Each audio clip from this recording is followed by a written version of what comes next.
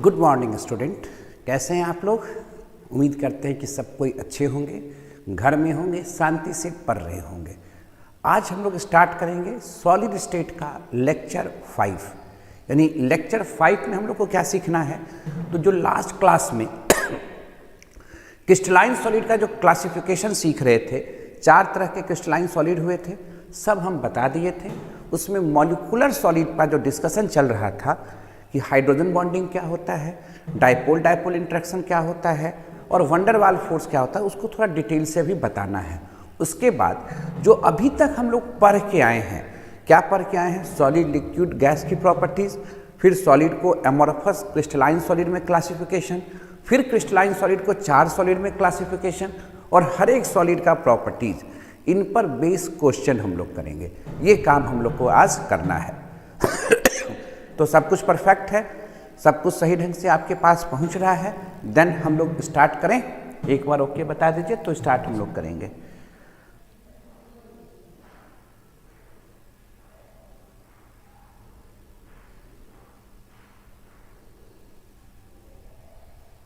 Good morning, good morning. सब कुछ perfect ढंग से जा रहा है।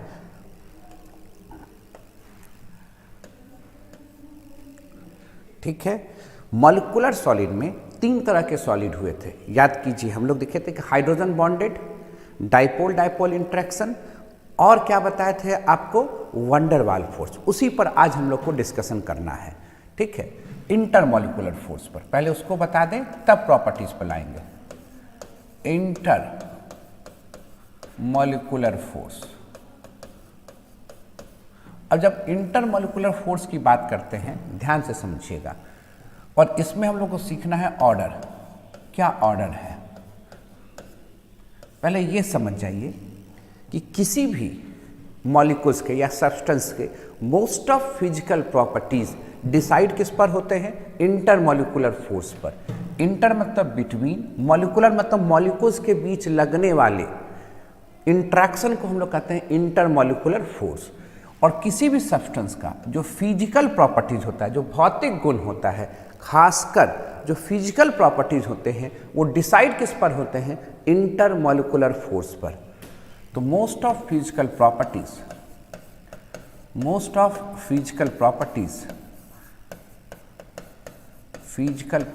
Of substance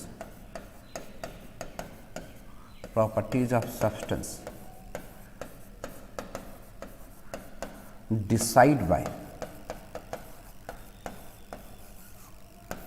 intermolecular force। यानी जो मोस्ट ऑफ फिजिकल प्रॉपर्टीज है सब्सटेंस का, किस पर डिसाइड होता है, इंटरमॉलिक्यूलर फोर्स पर। और 3 तरह के अभी यहाँ पर हम लोग फोर्स पढ़ने जा रहे हैं। होता और भी है जो आप लोग को केमिकल बॉन्डिंग में सिखाए हैं। तो ऑर्डर जब देखिएगा तो सबसे मजबूत फोर्स इसमें आता है एच बॉन्डिंग। इसमें सबसे मजबूत फोर्स किस में आता है, एच बॉन्डिंग, हाइड्रोजन बॉन्डिंग। उसके बाद आता है dipole dipole interaction, dipole dipole interaction. ठीक है। और तीसरा आता है लंदन डिस्पर्सन फोर्स, जिसे आप वंडर वाल फोर्स कहते हो। लंदन डिस्पर्सन फोर्स, इसी को हम लोग वंडर वाल फोर्स भी कहते हैं।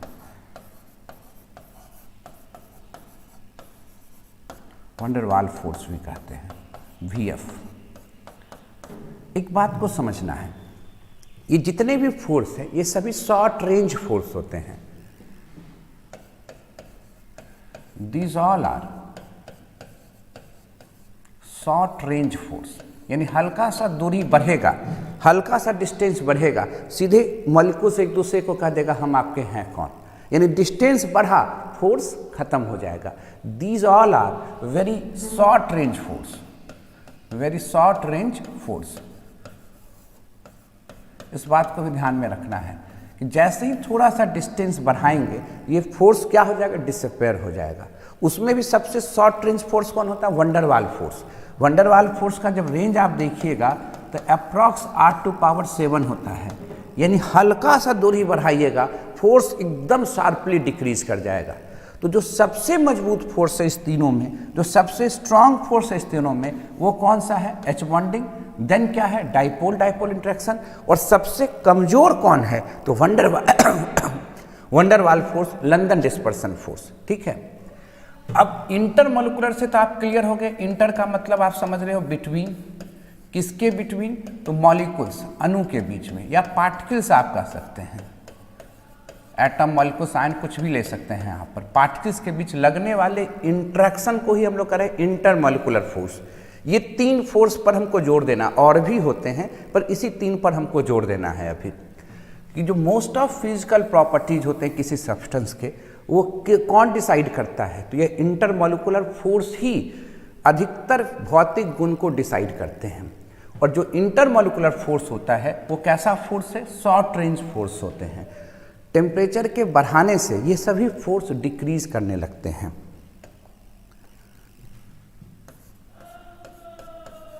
This all are depend upon temperature.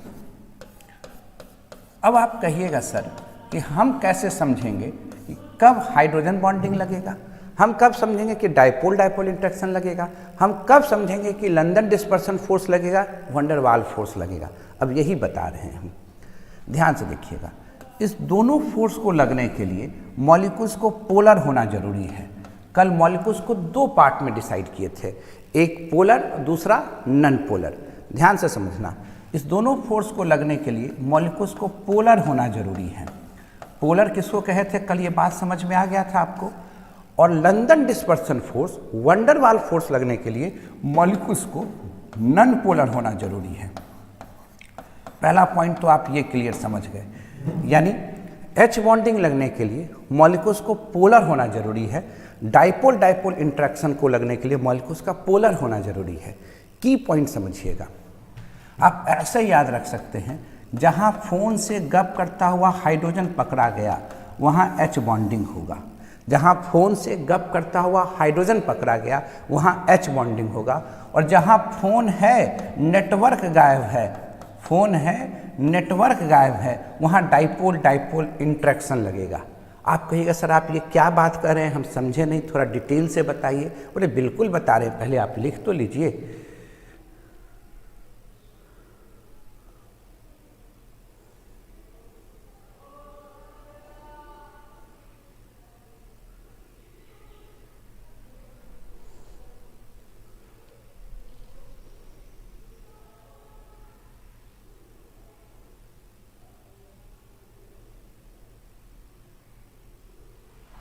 Note कर लीजिएगा तो बताइएगा। जहाँ फोन से गप करता हुआ हाइड्रोजन पकड़ा जाएगा वहाँ हाइड्रोजन बॉन्डिंग लगेगा। ठीक है, जहाँ फोन से गप करता हुआ हाइड्रोजन पकड़ा जाएगा हाइड्रोजन बॉन्डिंग लगेगा। अब क्या कंडीशन है एच बॉन्डिंग लगने का? सबसे मजबूत फोर्स क्या होता है? H bonding. आप लोग को याद हो कि बॉन्ड वर्ड कब आता है, इंट्रैक्शन वर्ड कब आता है, ये भी पढ़ाए थे केमिकल बॉन्डिंग में। थोड़ा सा झांकी यहाँ पर भी आपको बताएंगे, है ना। चलिए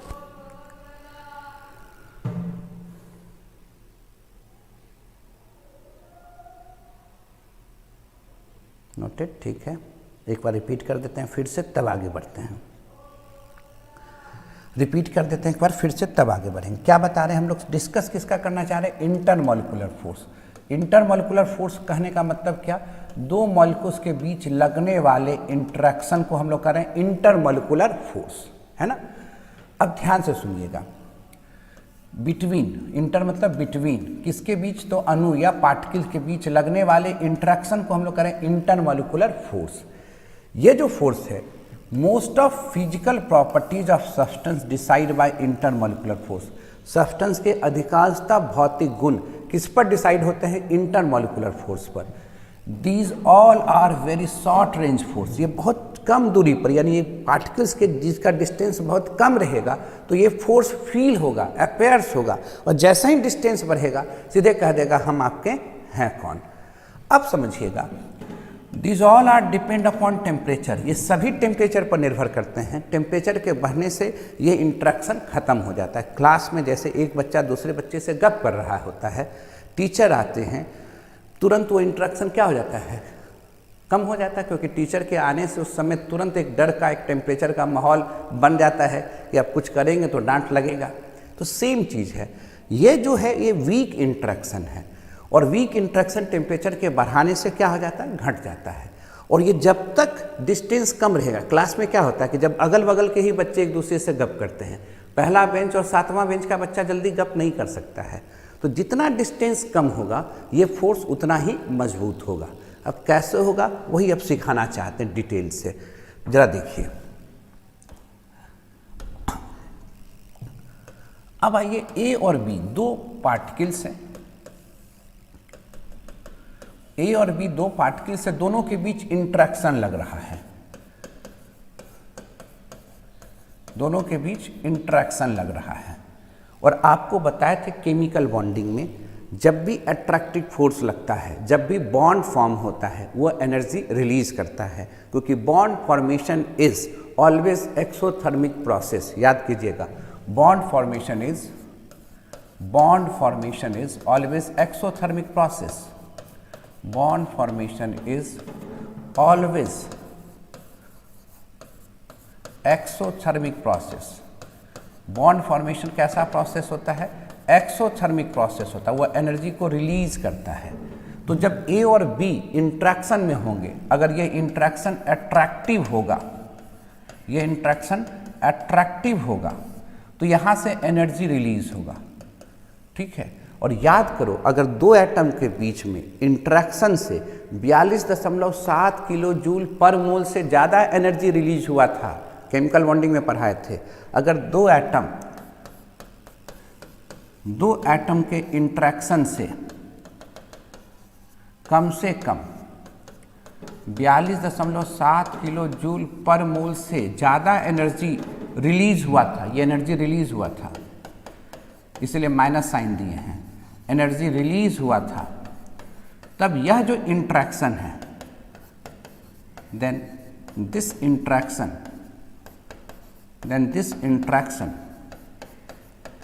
is known as bond,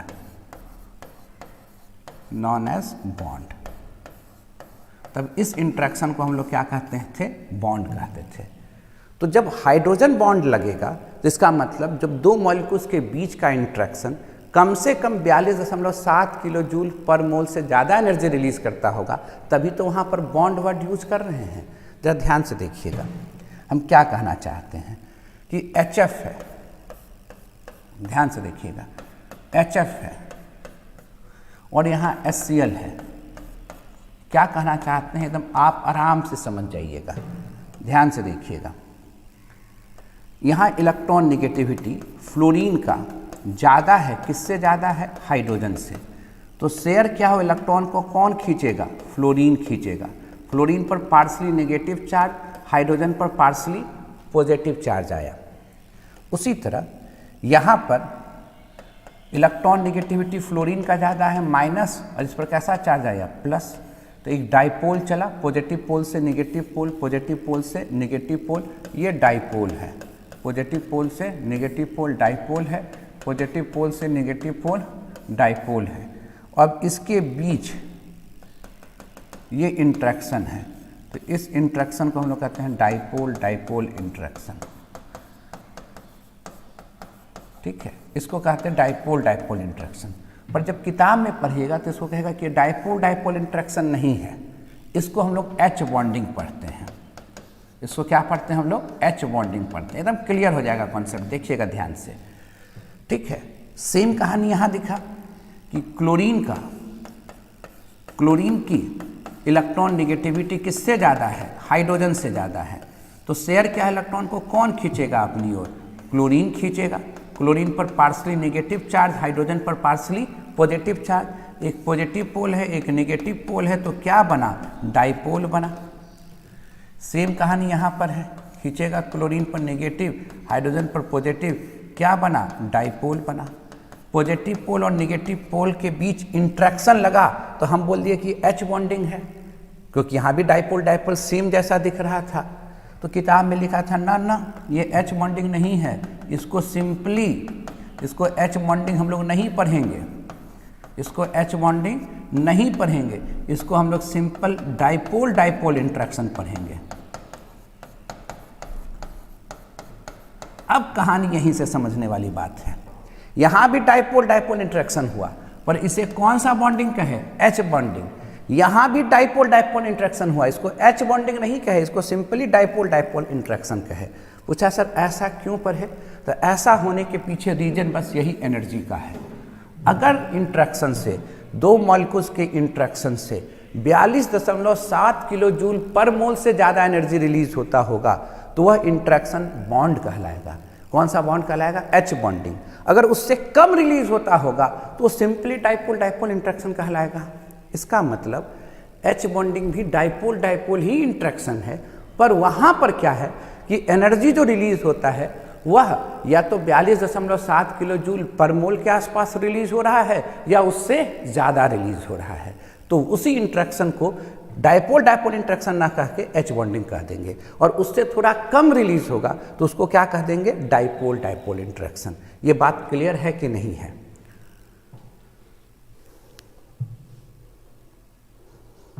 clear है?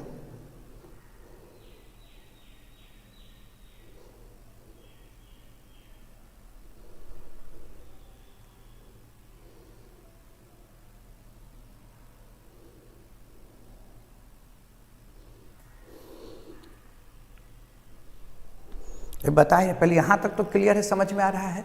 अगर दो एटम के बीच के इंटरेक्शन से अगर 42.7 किलो जूल पर मोल से ज़्यादा एनर्जी रिलीज होगा तो वह इंटरेक्शन क्या कहलाएगा? बॉन्ड कहलाएगा।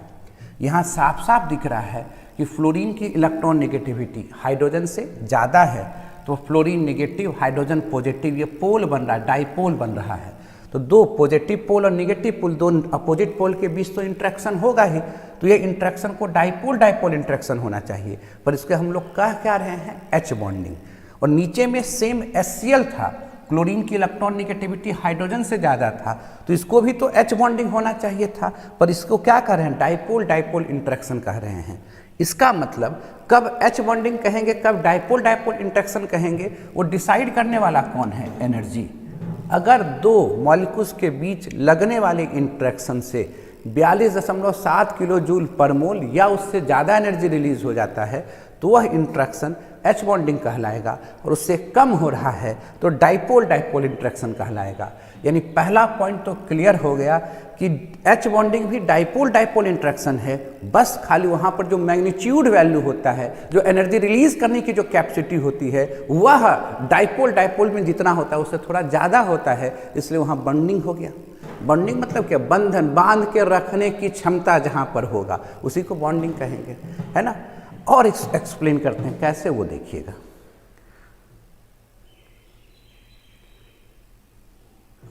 सब चलेगा धीरे धीरे, देखते तो जाइए, बताने तो दीजिए, आगे बढ़े। अब जरा देखिएगा H बॉन्डिंग के लिए कंडीशन क्या है, कैसे समझेंगे कब H बॉन्डिंग लगेगा, कब नहीं लगेगा। H बॉन्डिंग के लिए कंडीशन,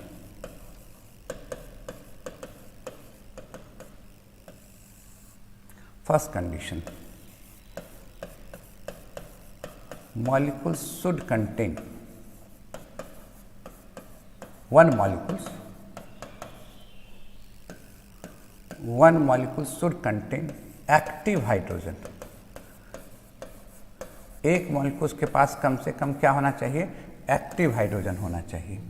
ये एक्टिव हाइड्रोजन फ्लोरीन से जुटा हो सकता है, ऑक्सीजन से जुटा हो सकता है, नाइट्रोजन से जुटा हो सकता है, या मोर इलेक्ट्रोनेगेटिव एलिमेंट से जुटा हो सकता है, इलेक्ट्रॉन विड्रॉइंग ग्रुप से हाइड्रोजन जुटा हो सकता है। ये जो हाइड्रोजन है, इस हाइड्रोजन को हम लोग कहते हैं एक्टिव हाइड्रोजन, जिस पर पार्शली पॉजिटिव चार्ज होता है। तो ये दोनों भी आते हैं, पर हकीकत में देखो ये हाइड्रोजन किससे जुटा हुआ है? फ्लोरीन से, ऑक्सीजन से, नाइट्रोजन से। तो इसीलिए इसको फोन पढ़ते हैं, यानी एक मॉलिक्यूल्स के पास या जो हाइड्रोजन होना चाहिए वो डायरेक्टली फ्लोरीन या नाइट्रोजन या ऑक्सीजन से जुटा रहना चाहिए। ये भी केस आता है, पर ये हम मोस्ट ऑफ टाइम ऊपर वाला ही आता है, ठीक है। दूसरे मॉलिक्यूल्स के पास एक्टिव यानी मोर इलेक्ट्रोनेगेटिव एलिमेंट होना चाहिए, condition number 2। other molecules should contain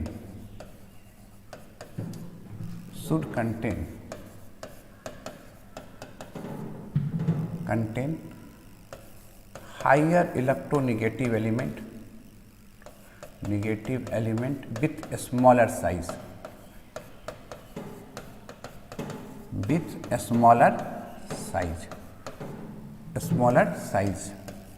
like fluorine, oxygen, nitrogen etcetera.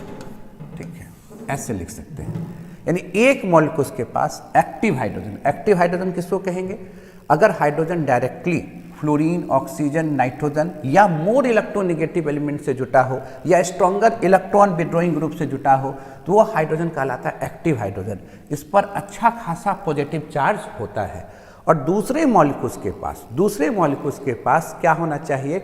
Higher electronegative element होना चाहिए with smaller size like fluorine, oxygen, nitrogen.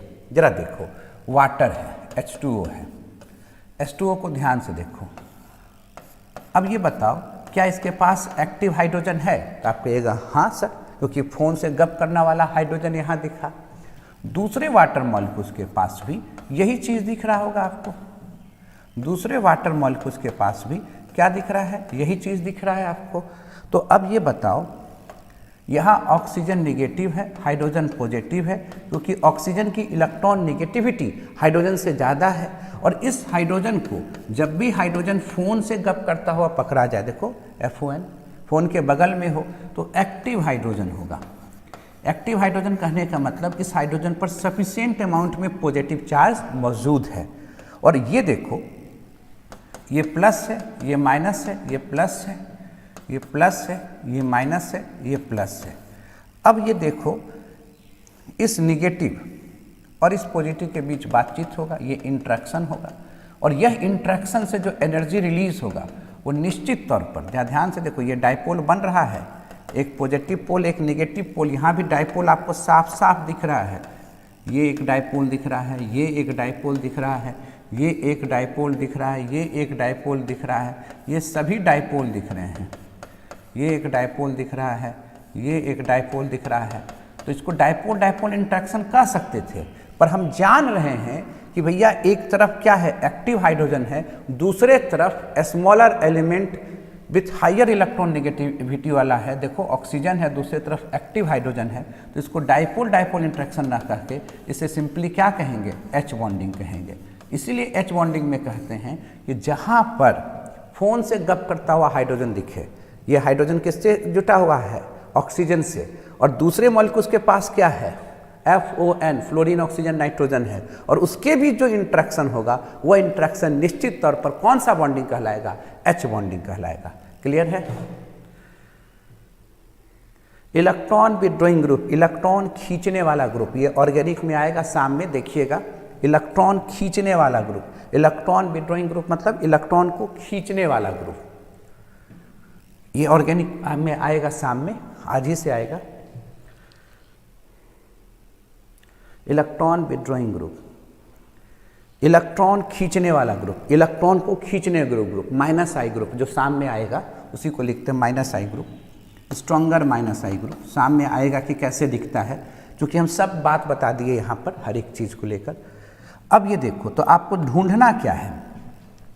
अगर पूछ दिया कि वाटर में H बॉन्डिंग लगेगा, कहेंगे हाँ। कैसे चेक करेंगे कि H बॉन्डिंग लगेगा? तो भैया दो वाटर मॉलिक्यूल्स के बीच में हाइड्रोजन है, किससे जुटा हुआ है? फोन से जुटा हुआ है। और दूसरे मॉलिक्यूल्स के पास तो ऑक्सीजन होगा ही। तो पूछा अमोनिया में H बॉन्डिंग लगेगा? कहिएगा बिल्कुल। क्यों लगेगा? क्योंकि नाइट्रोजन के बगल में हाइड्रोजन है, नाइट्रोजन के बगल में हाइड्रोजन है। ध्यान से समझिएगा, नाइट्रोजन के बगल में हाइड्रोजन है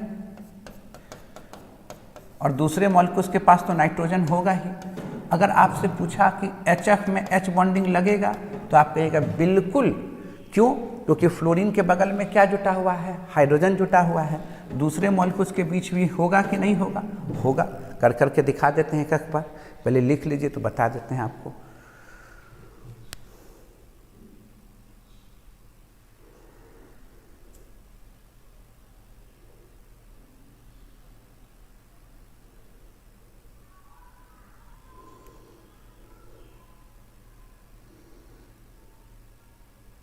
बता रहे हैं, नोट तो कर लीजिए पहले।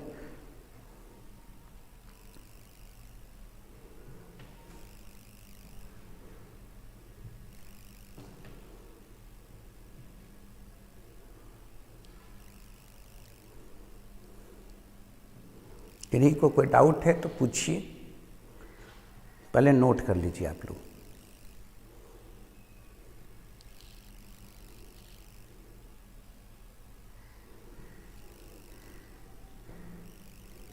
आगे बढ़ें।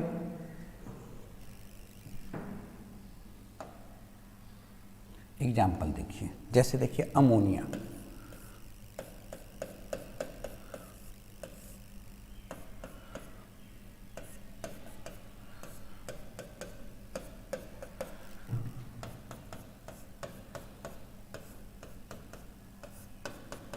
अब देखते जाइए, यहाँ पर आपको दिख रहा होगा nitrogen negative, hydrogen positive, hydrogen active hydrogen है।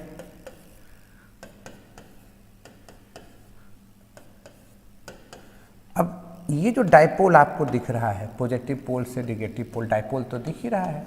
अब इसके बीच एक मॉलिक्यूल के पास एक्टिव हाइड्रोजन है या और दूसरे मॉलिक्यूल के पास higher electronegative element like nitrogen, oxygen है। तो ये जो इंट्रैक्शन होगा, अब ये इंट्रैक्शन कौन सा बॉन्डिंग कहला जाएगा? एच बॉन्डिंग कहला जाएगा। कोई दिक्कत है? ये इंट्रैक्शन क्या कहला जाएगा? एच बॉन्डिंग कहला जाएगा। अब जरा देखो, HF है, अभी थोड़ा देर पहले देखे थे, H है, फ्लोरीन है, इसी तरह से बढ़ता चला जाएगा। ऐसे करके दिखा सकते हैं। इलेक्ट्रॉन निगेटिविटी किसका ज़्यादा? फ्लोरीन का ज़्यादा। Fluorine negative, hydrogen positive, fluorine negative, hydrogen positive, fluorine negative, hydrogen positive, fluorine negative, hydrogen positive. और सब जगह इस तरह से डाइपोल दिख रहा है, positive to negative, positive to negative, positive to negative, positive to negative. अब ये देखो, यहाँ पर जो इंट्रैक्शन हो रहा है कि नहीं हो रहा है? अब ये डाइपोल है, ये भी एक डाइपोल है, इसको सब तो डाइपोल डाइपोल इंट्रैक्शन है। पर हम जान क्या रहे हैं कि ये जो फ्लोरीन है, फोन होना चाहिए। फ्लोरीन है कि नहीं? एक एटम के पास है, और दूसरे एटम के पास जो हाइड्रोजन है वो फोन से जुटा रहना चाहिए। देखो, फ्लोरीन से जुटा हुआ हाइड्रोजन है कि नहीं है? तो इसलिए इसको कौन सा बॉन्डिंग कह देंगे? एच बॉन्डिंग कह देंगे। तो मॉलिक्यूल्स में खोजना है कि भैया FON है कि नहीं। अगर है और फिर उस मॉलिक्यूल्स में FON के साथ अगर हाइड्रोजन जुटा हुआ है तो वहाँ हाइड्रोजन बॉन्डिंग जरूर और जरूर लगेगा। अब ये बताओ जरा हमको, अल्कोहल है, क्या यहाँ H बॉन्डिंग लगेगा? तब कहेगा हाँ सर, क्योंकि O के बगल में H बैठा हुआ है, H बॉन्डिंग लगेगा। पर यही ईथर रहता, ध्यान से देखो, यही ईथर रहता तो यहाँ नहीं लगता, क्योंकि यहाँ ऑक्सीजन तो है पर ऑक्सीजन से डायरेक्टली हाइड्रोजन जुटा हुआ नहीं है, इसलिए यहाँ H बॉन्डिंग नहीं लगेगा। अगर आपसे पूछे, अच्छा ये बताओ, ये एमाइड है, यहाँ H बॉन्डिंग लगेगा? तो आप कहिएगा हाँ सर लगेगा। क्यों? क्योंकि नाइट्रोजन के बगल में हाइड्रोजन है। नाइट्रोजन क्या आता है? फोन में तो आता है, जरा देखो तो, FON में नाइट्रोजन है और नाइट्रोजन के बगल में क्या है? हाइड्रोजन है।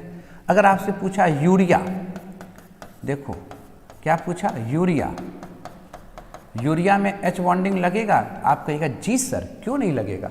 यूरिया में देखो एक्टिव हाइड्रोजन है कि नहीं है, आराम से H बॉन्डिंग लगेगा। आपसे पूछा एसिटिक एसिड, ध्यान से देखो, आपसे पूछा एसिटिक एसिड, तो आप तुरंत कहोगे देखो O के बगल में H है तो H बॉन्डिंग क्या होगा? लगेगा। आपसे पूछा कि सर ये बताइए मिथाइल एसीटेट, इसमें H बॉन्डिंग लगेगा? तो आप कहोगे नहीं लगेगा, क्योंकि यहाँ ऑक्सीजन तो है पर उसके बगल में हाइड्रोजन नहीं है, इसलिए यहाँ H बॉन्डिंग नहीं लगेगा। आपसे पूछा इसके जगह पर कि बताइए कि यहाँ पर H बॉन्डिंग लगेगा?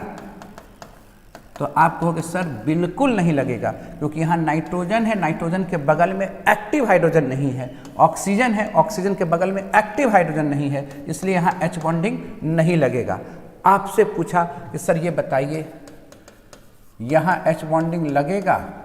तो तो आप कहोगे कि यहाँ एक्टिव ऑक्सीजन तो है पर एक्टिव हाइड्रोजन नहीं है, इसलिए यहाँ H बॉन्डिंग नहीं लगेगा। इस केस में आपसे पूछा कि सर एसीटोन में बताइए कि H बॉन्डिंग लगेगा, तो कहोगे कि यहाँ ऑक्सीजन तो है पर एक्टिव हाइड्रोजन नहीं है, इसलिए यहाँ H बॉन्डिंग नहीं लगेगा।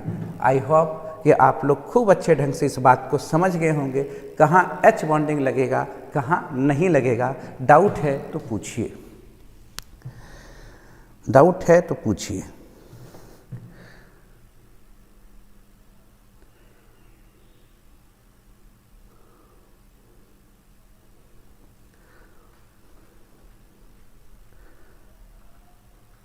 हाँ, फ़ोन से डायरेक्ट गप करने वाला हाइड्रोजन मिल गया, H बॉन्डिंग है। फ़ोन से डायरेक्ट गप करने वाला हाइड्रोजन मिल गया, H बॉन्डिंग है। अब चले डाइपोल डाइपोल इंटरेक्शन में, कहीं डाउट है किन्हीं को?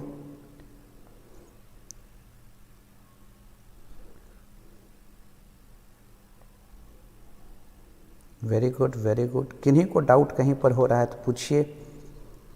विकास सिंह जी, कोई दिक्कत? Suman Kumar, very good very good. एकदम धीरे धीरे चल रहे हैं, कहीं पर कुछ भी हम लोग फास्ट नहीं कर रहे हैं कि एकदम आपसे बने वैसा काम करते हुए चल रहे हैं। क्रिस्टल क्लियर है योगानंद जी, वेरी गुड। प्रियांशु राज, बहुत अच्छा। साहिल राज, नो प्रॉब्लम। आगे बढ़ें, बढ़ते चलें। अब आते हैं हम लोग dipole dipole dipole dipole interaction.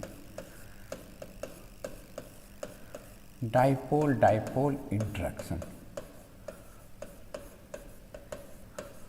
Dipole dipole interaction, यानी ये H बॉन्डिंग तो थोड़ा वीक है, ये तो क्लियर समझ में आ गया। It is weaker than as compare to H bonding, ये बात को दिमाग में रखना है। It is weaker than H bonding, it is weaker than H bonding. ये H बॉन्डिंग से वीकर है। अब करना क्या है कि जैसे देखो HCl है, HCl मॉलिक्यूल से एकदम आराम से देखते चलो कि इलेक्ट्रॉन निगेटिविटी क्लोरीन का ज़्यादा है, किससे ज़्यादा है? हाइड्रोजन से ज़्यादा है। अब आप देख रहे हो कि शेयर क्या हुआ, इलेक्ट्रॉन किसके पास जाएगा? क्लोरीन के पास। Chlorine partially negative, hydrogen partially positive. Chlorine partially negative, hydrogen partially positive. Chlorine partially negative, hydrogen partially positive. इस तरह की कहानी आ रहा है। अब यहाँ पोल बन रहा है, पॉजिटिव पोल, निगेटिव पोल, पॉजिटिव पोल, निगेटिव पोल। ये सभी क्या है? डाइपोल। ये सभी क्या है? डाइपोल हैं। और इनके बीच लगने वाले इंट्रैक्शन को हम लोग क्या कहेंगे? Dipole dipole interaction. इसके बीच लगने वाला जो इंट्रैक्शन होगा इसको क्या कहेंगे हम लोग? Dipole dipole interaction. Dipole dipole interaction कहेंगे। इसके बीच लगने वाले इंट्रैक्शन को क्या कहेंगे हम लोग? डाइपोल डाइपोल इंट्रैक्शन कहेंगे। और एग्जाम्पल देखना चाहते हैं, जरा देखिएगा। एसीटोन, एसीटोन अभी लिखे थे CH3 CO CH3, इसकी हाइब्रिडाइजेशन क्या है? sp2 है।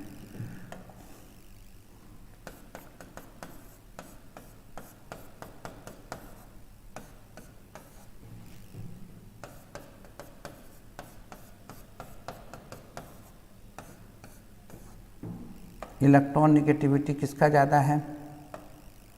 माइनस प्लस एक डाइपोल चला, माइनस प्लस एक डाइपोल चला, और इसके बीच पॉजिटिव और नेगेटिव पोल के बीच लगने वाला जो इंट्रैक्शन होगा ये डाइपोल है, ये डाइपोल है, ये डाइपोल है। इसके बीच लगने वाले इंट्रैक्शन को डाइपोल डाइपोल इंट्रैक्शन कहते हैं। डाइपोल डाइपोल इंट्रैक्शन कहते हैं। कोई दिक्कत है? SO2 का एग्जाम्पल देखोगे, सल्फर डाइऑक्साइड, विंड सेफ है, भी सेफ है। एकदम आराम से देखते जाओ।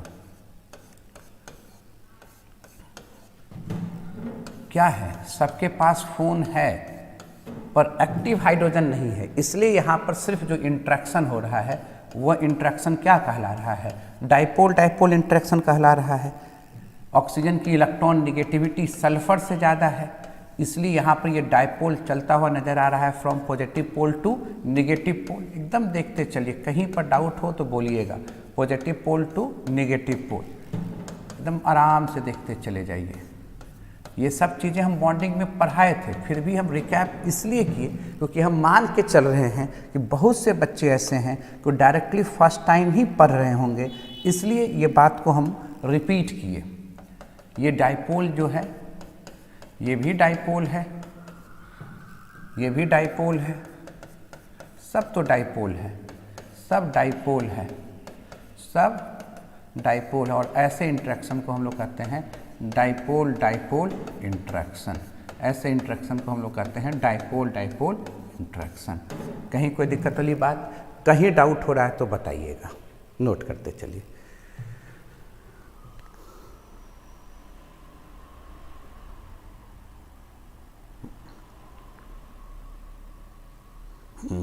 ठीक है आयुषी अस्सी जी, आगे बढ़ें। यहाँ तक में कोई दिक्कत नहीं होना चाहिए। अब वंडर वाल फोर्स, लंदन डिस्पर्सन फोर्स बता देते हैं।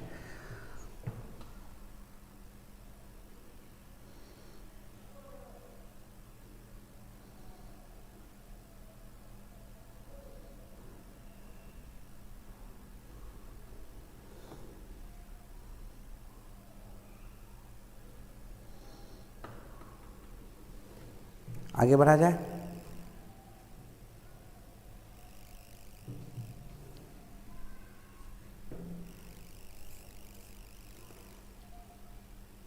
प्राची शर्मा लिख लिए हैं, वकार साहब लिख लिए हैं, सनम गेमिंग साहब लिख लिए हैं, सुशांत जी नोटेड, मुस्कान कुमारी है उसी।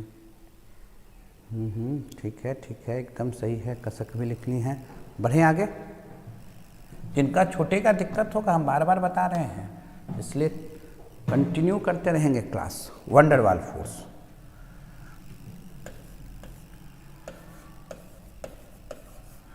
वंडर वाल फोर्स ये सबसे शॉर्ट रेंज फोर्स यही होता है। इसको हम लोग लंदन डिस्पर्सन फोर्स भी कह सकते हैं। इसको हम लोग इसे हम लोग लंदन डिस्पर्सन फोर्स भी कह सकते हैं। लंदन डिस्पर्सन फोर्स, ठीक है। इसको इंस्टेंटेनियस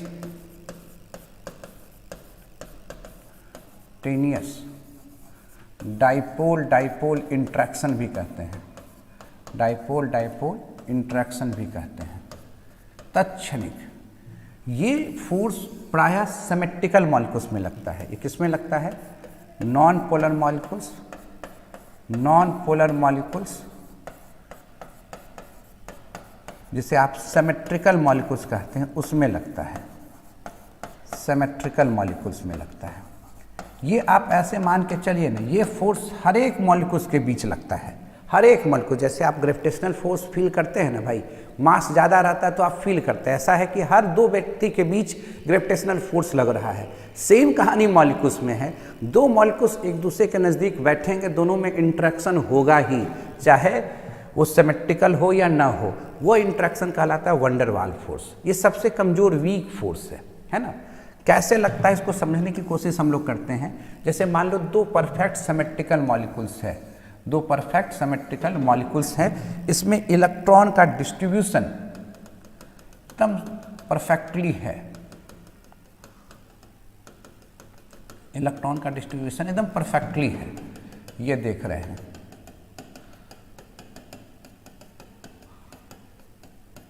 परफेक्ट है, परफेक्ट सिमेट्रिकल मॉलिक्यूल्स है। ये परफेक्ट सिमेट्रिकल मॉलिक्यूल्स है। परफेक्ट सिमेट्रिकल मॉलिक्यूल्स है। परफेक्ट सिमेट्रिकल मॉलिक्यूल्स है। अब क्या है कि किसी क्षण ये मूव करते करते, किसी क्षण मूव करते करते ये एक तरफ शिफ्ट हो गया, तो किसी कारणवश किसी क्षण इसका इलेक्ट्रॉन क्लाउड एक तरफ शिफ्ट हो गया, तो इस पर नेगेटिव, इस पर कैसा चार्ज आ गया? पॉजिटिव चार्ज आ गया। तो यहाँ पर जो डाइपोल क्रिएट हुआ ये किसी क्षण के लिए, किसी मोमेंट के लिए तैयार हुआ। ये परफेक्ट सिमेट्रिकल था, इलेक्ट्रॉन क्लाउड एकदम पूरी तरह से यूनिफॉर्म रूप से फैला हुआ था। इसे हम लोग नॉन पोलर मॉलिक्यूल्स कह रहे थे। किसी कारणवश किसी क्षण इलेक्ट्रॉन इसका डिस्टर्ब होके एक साइड आ गया, तो एक तरफ निगेटिव पोल, दूसरी तरफ पॉजिटिव पोल बना। इसी निगेटिव पॉजिटिव पोल के चलते यहाँ पर एक क्षण के लिए इंस्टेंटेनियस डाइपोल क्रिएट हुआ, इंस्टेंटेनियस डाइपोल क्रिएट हुआ।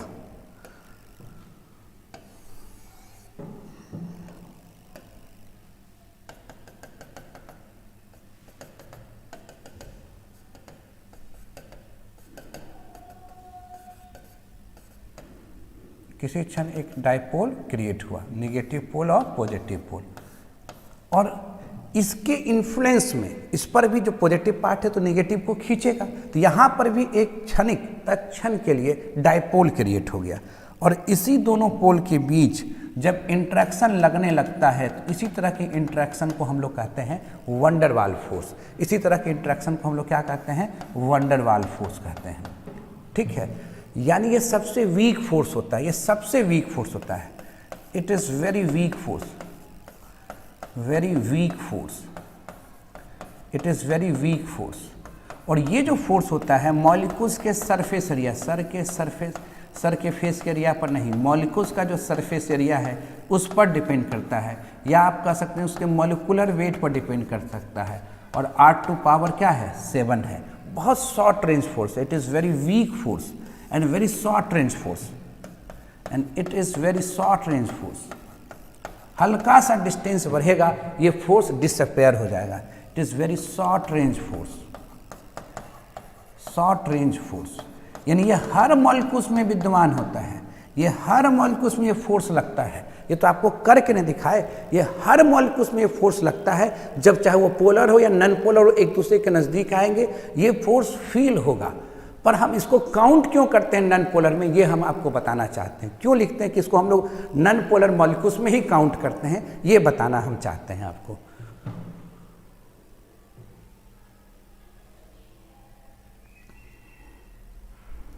ठीक है, यानी दो मॉलिक्यूल्स के बीच जिस तरह से ग्रेविटेशनल फोर्स लगता है उसी तरह का ये फोर्स आपको लग रहा है। क्या लग रहा है?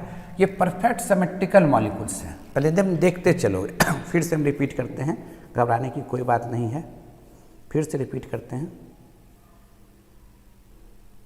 पहले वाले में क्यों हुआ डाइपोल, वही तो बता रहे हैं।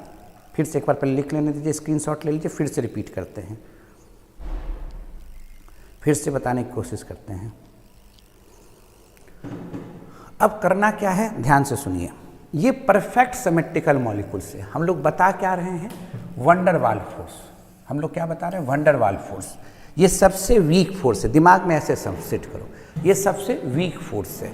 जैसे मान लो कोई बच्चा घर से चला ट्यूशन के लिए, आ रहा था पढ़ने के लिए, साइकिल से चला या पैदल चला।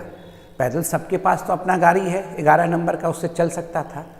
बीच में उसका दोस्त मिल गया आधा दूर के बाद, बोला दोस्त मेरे साइकिल पर बैठ जाओ। जब क्लास में आया, हम पूछे कि बाबू कैसे आए हो, तो क्या बोलेगा? पैदल आए कि साइकिल से आए हैं? सोच के बताइए क्या बोलेगा? तो बोलेगा कि सर साइकिल से आए हैं। किससे आए हैं? साइकिल से आए हैं। चल रहा था आधा दूर पैदल। ये कभी नहीं बोलेगा कि आधा दूर हम पैदल चले, फिर मेरा दोस्त मिला और तब हम उससे चढ़ के आए, क्योंकि वो जान रहा था कि पैदल से ज़्यादा इम्पोर्टेंस किसका है? साइकिल का है। दूसरे दिन की कहानी सुनिए। पैदल चला घर से, कुछ दूर के बाद उसका दोस्त साइकिल वाला मिला, साइकिल पर बैठा लिया। तब तक एक बाइक वाला दोस्त जा रहा था, उसको रोका, आओ मेरे बाइक पर बैठ जाओ। थोड़ा दूर ही 10-15 कदम ही बाइक पर चढ़ के आया।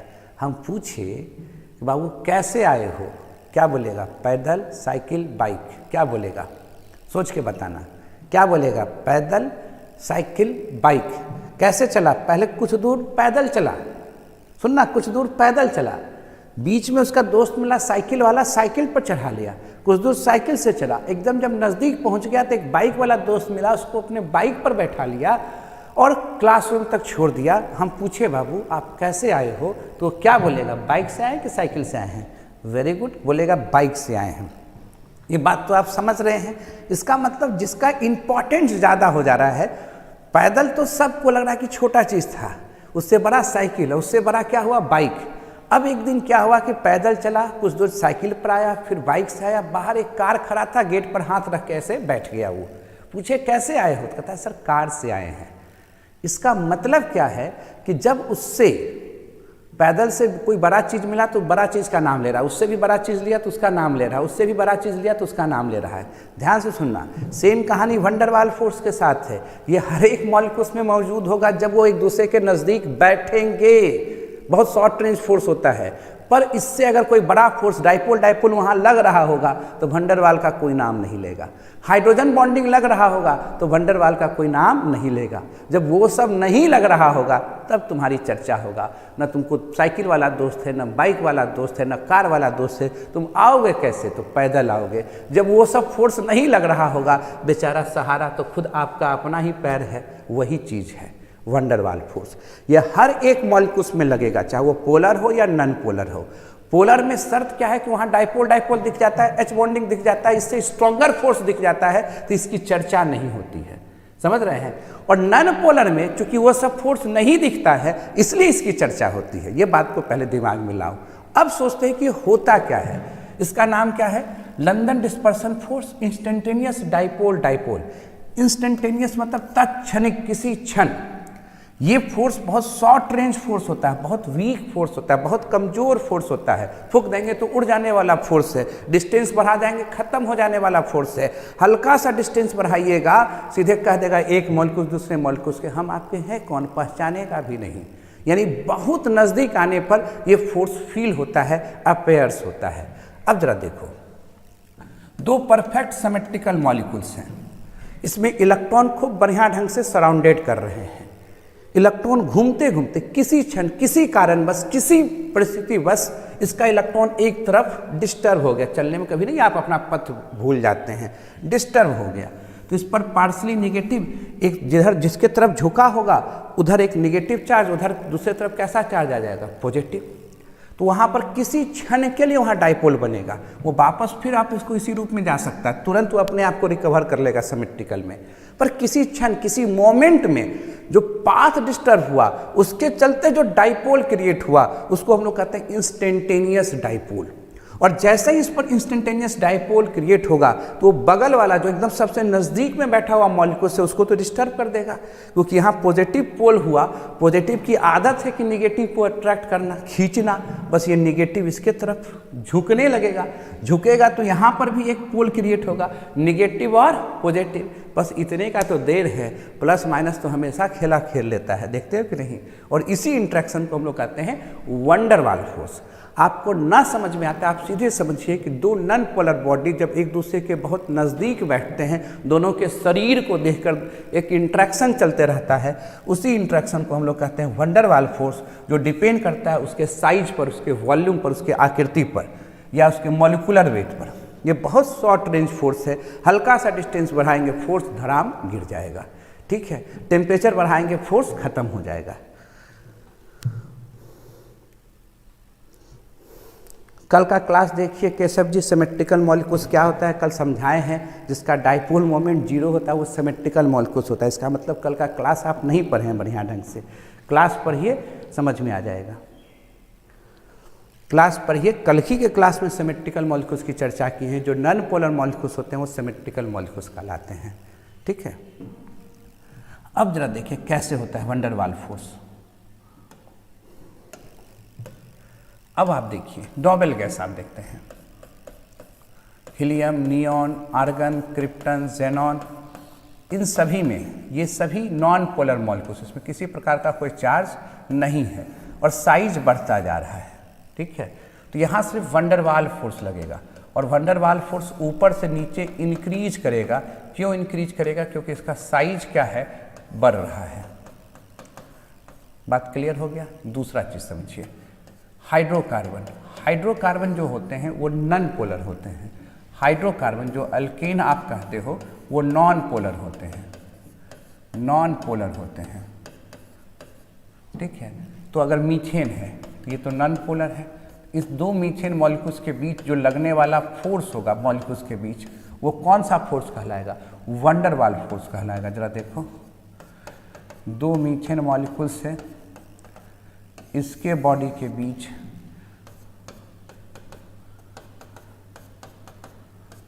इस बॉडी के बीच लगने वाला जो फोर्स है, ये फोर्स क्या कहलाएगा? वंडर वाल फोर्स कहलाएगा।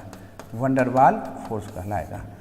बेंजीन है, दो बेंजीन मॉलिक्यूल्स हैं, दो बेंजीन मॉलिक्यूल्स के बीच लगने वाला फोर्स क्या कहलाएगा?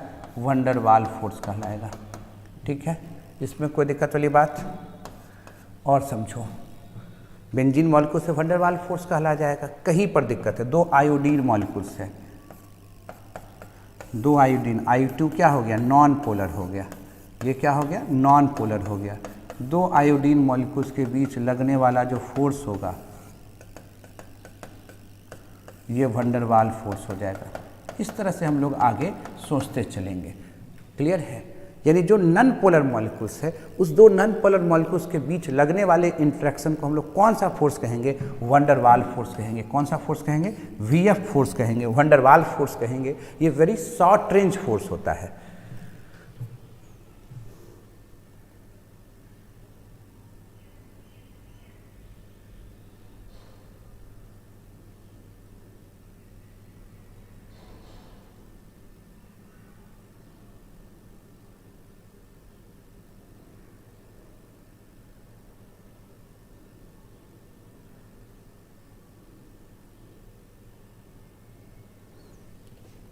बढ़ते चलिए, कहीं दिक्कत है तो पूछिए। यहाँ तक मैं समझ गया, एक दो और एग्जाम्पल दें, तब पहले क्वेश्चन करेंगे 5-7, तब चीज़ों को समझ में आसानी से आएगा।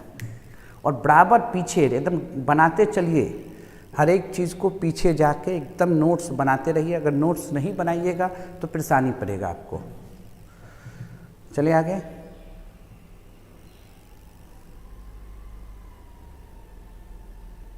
क्लियर है? नोटेड, वेरी गुड ऋचा जी, श्रुति कुमारी बहुत अच्छा, साहिल राज, सन्नी जी आगे बढ़ रहे हैं।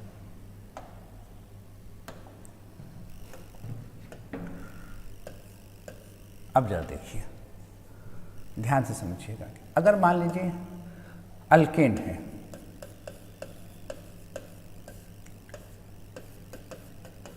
अब आप ये देखो, ये जो पार्ट है ये नॉन पोलर पार्ट है। जैसे जैसे नंबर ऑफ कार्बन एटम बढ़ता जा रहा है, सरफेस एरिया बढ़ता जा रहा है। सरफेस एरिया इंक्रीज कर रहा है,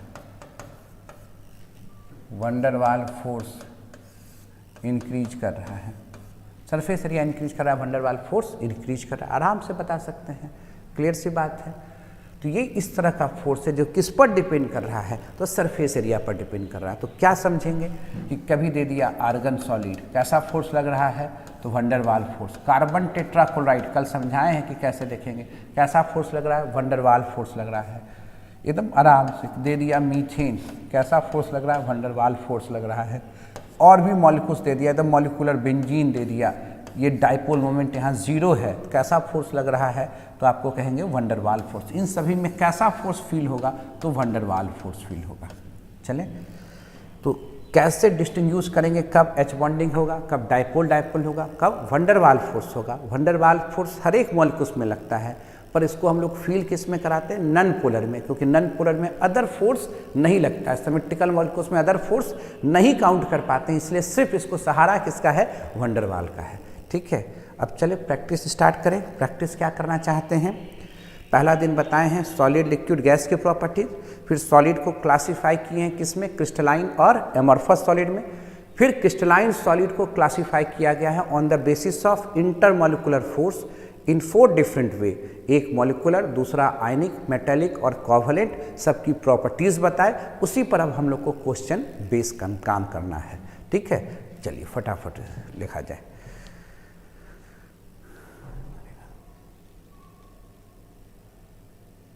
दो चैन क्वेश्चन कर लिया जाए। ठीक है, 2-4 क्वेश्चन खाली कर लेते हैं, उसके बाद कैसे करना है आप लोग को एनसीईआरटी तो बता दिए हैं। एनसीईआरटी पहले होमवर्क बता देते हैं।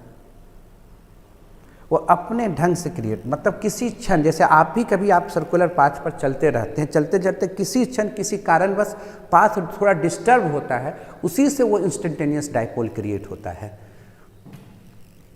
उसी से उस इंस्टेंटेनियस डायपोल क्रिएट होता है। नहीं, हमेशा लगते रहता है, चूंकि दो बॉडी के बीच, वो आपको समझाने के लिए बताया कि नेगेटिव और पॉजिटिव पोल के बीच में वो इंट्रैक्शन क्रिएट हो गया, ठीक है। और इंट्रैक्शन जब पकड़ लिया तो फिर पकड़ा ही रहता है। अब देखिए क्या करना है, पहले होमवर्क देखिए, तो लिख लिए, पहले होमवर्क देखिएगा सब कोई। HW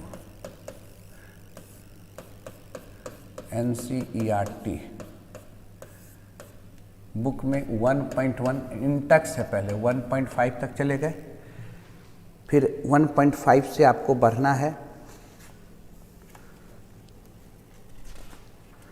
1.5 से बढ़ना है 1.9 तक, 1.6 to 1.9 तक। ये NCERT इंटैक्स हो गया, इंटैक्स बना लेना है, ठीक है। हम फिर कल पूछेंगे, सवाल हम लगा के रखेंगे, पहले हमको सवाल ही कल करना है पूरा, ठीक है। अब जरा देखिए एक्सरसाइज में आइए, हम देख रहे हैं किताब, पहले